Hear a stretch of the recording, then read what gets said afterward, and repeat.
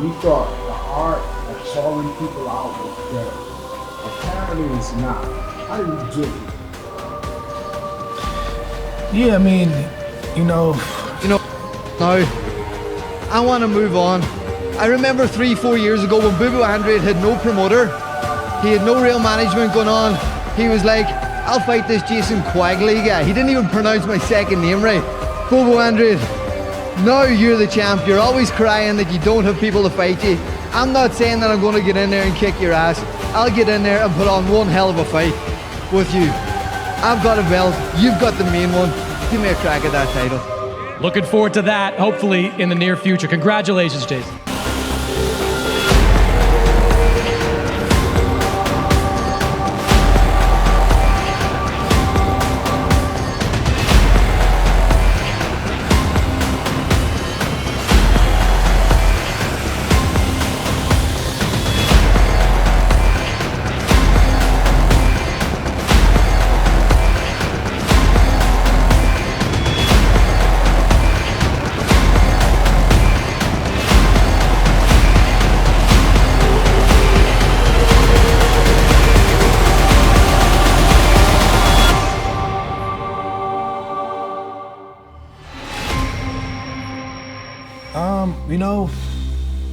He's not the first one, actually. There's a few of them.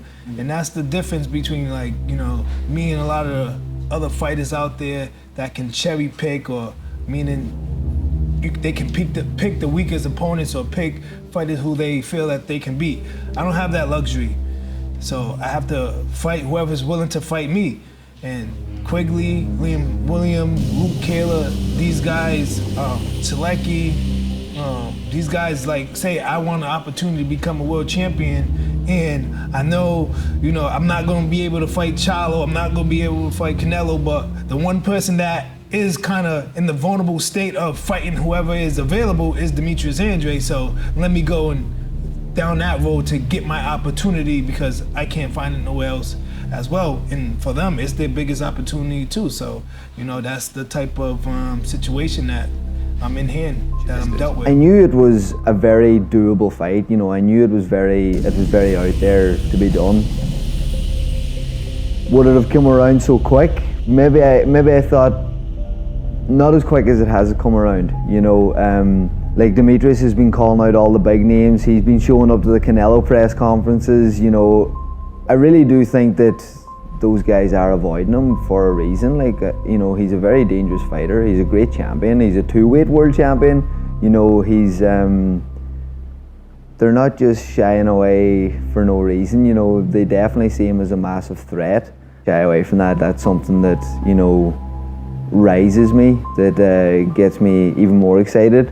And I'm really looking forward to that fight come the 19th.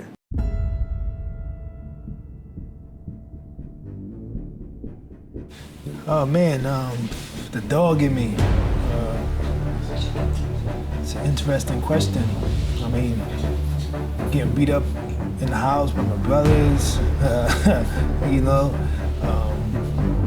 that just set a toll where I think when you grow up in a house full with brothers and you're just fighting most of the time, eventually, you're either gonna, make a break. And so it made me turn into sort of like the dog, because I wasn't gonna continue to keep getting beat up, in the house. And also then, coming to the gym, they would wanna beat me up. So it was do or die, because I couldn't escape from, my brothers and my siblings. So we wake up together and we go to bed together. So that being said, knowing that it's do or die, and so I think that's what helped establish that.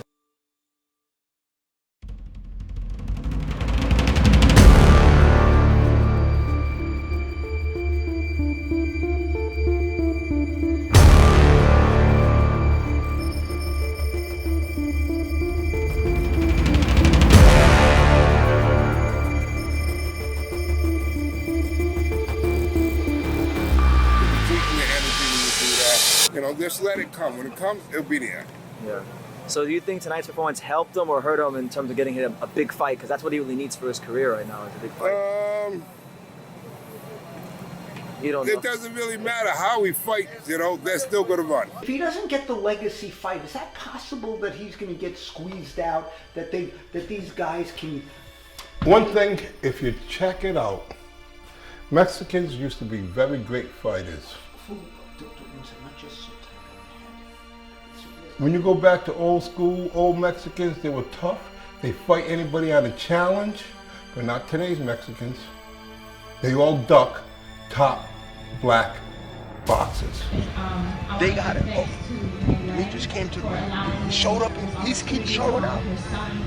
Somebody's gonna get it back to whoever you're stalking. Canelo. So when can we get something going on? Oh, man. What's up, Canelo? Congratulations, good job. Good job, man. Big fan. Hey, what's up, though? I know that. When can we make it happen, though? What do you think? What do you think? Okay.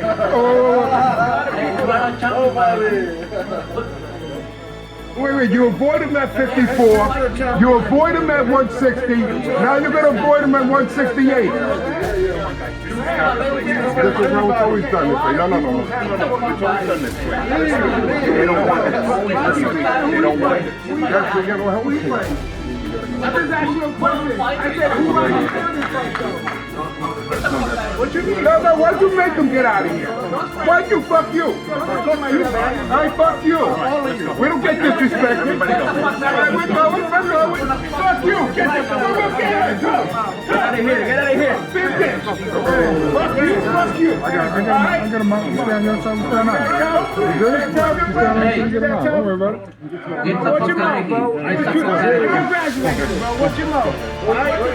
What's your mouth, bro? Hey, get him out. What? Hey, what? Don't do that shit, bro. Don't do that. I ain't a question. I'm a horrible fighter. Come beat me then. Come beat me, bro. Come beat me then. Come beat me, little bitch. Come beat me. Bitch ass motherfucker, I'll fuck you up, bro. You ain't shit. Watch your mouth, bro. Watch your mouth. When I see you, it's on. What you think? You have to be a serious fighter. Right? To the point where they're going to be trying to keep you out of the building. You got your credentials, you got your ticket. During my performance, eventually they got to play. They got to talk to somebody. So, Hagler wore that hat called War. I wore it in New York when I fought Tito. Black, you remember it? Oh yeah. Look at that. That means something. I understand. That's what I'm saying. If you look at the Tito fight, I had black and white hats with the white belts. I had War. I don't know if you remember. I had War. That's what it was. You must be a serial stalker. That's why I told you to bring you over here and tell you that, because I want to tell you in your face, a closed mouth will never get fed. You can be humble, you can be like, I'm just going to wait till you knock on my door, they knock. You're too dangerous, you're a threat. Why would I do that? Why would they do that? Guys like Hagler's guy like me, we be pulling from when we going to do it, but they're not cut from their cloth. You got to be a little bit of what you are now, and a lot about what you was, what they was back then. That means not only heart, but guts to fight anybody in your division. You don't care who it is, as long as they got something to offer, like you do. Always remember, you open your mouth up because you got to feed people, and first you got to feed yourself.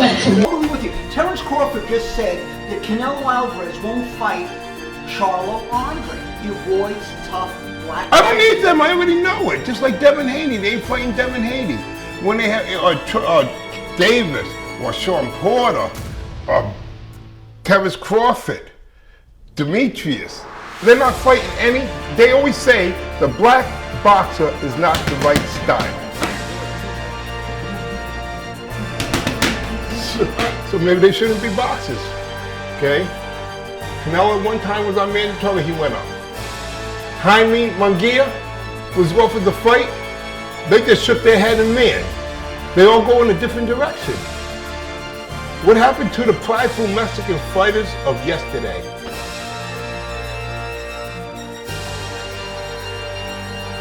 Maybe we all meet together, go crash a convention and ask them why. Why aren't you making, you have to make them fight us?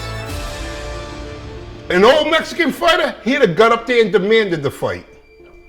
Today they make excuses. Munguia, Canelo, I can go on. Mandatories for Devin Haney. Was a Mexican, he hop out and go the other way around. First, let's give credit to Floyd Mayweather for being a great fighter, having a great career, and being a big impact to the boxing industry. But my question is, do you think that him being such a flashy person hurt black fighters who are not as flashy as he is? I mean, at the end of the day, you know, the biggest thing that sells is drama, is being flashy, is being flamboyant, is, you know, those type of things. So, did it hurt? Man, it didn't hurt, you know, because a lot of other black fighters follow that blueprint and made something of themselves. Like the one example, like few examples of, but the one closest to like the Floyd that was trying to do everything Floyd was doing was Adrian Broner. And look what that got him. You know, he was able to, you know, get into the big matches, and then, you know, not saying like, well, Mayweather's promoting Tank Davis, not saying Tank's like that, but here's, you know, flashy, they do their thing, so it works for certain people, and certain people it doesn't work for. But I think the more thing that hurts, like the black situation, is like, you know, people trying to stay undefeated. If you are a good fighter, a great fighter, and somebody that is, you know, can take a loss and come back on top, like Tommy Hearns, you know, Sugar Shane Leonard, you know, Marvelous Marvin. Like, they fought amongst each other, win, lose, or draw, they always came back. So, you know, I think Floyd Mayweather emphasizes a little bit on, you gotta stay undefeated. Oh, cause black people, don't, then they're gonna never support you and stuff like that. It's like, you know, that is true in a sense, but at the same time, we can't like just live off that, because if you're good enough, you could be able to bounce back. About him being avoided, one thing we've heard you talking about in the build-up to this fight is mindset. Coming in as the underdog, I think it's fair to say you will be the underdog in this fight, but you've talking about how people perhaps writing you off, not giving Jason Quigley much of a chance in this fight. How is that playing into your mindset? Is that just motivating you even more to get the win? Yeah, you know, I have a lot of fuel and I have a lot of fire in me anyway, but that just kind of adds a little diesel or petrol to the fire as it is. And yeah, you know, look, I'm getting in there, and the more people write me off, the less pressure there's going to be on you. You know what I mean? You have your own ambitions and your own goals to get in there, to win a world title, to be a world champion, and to beat Demetrius Andrade on fight nights. Yeah. From the ugliest truth comes the prettiest pleas.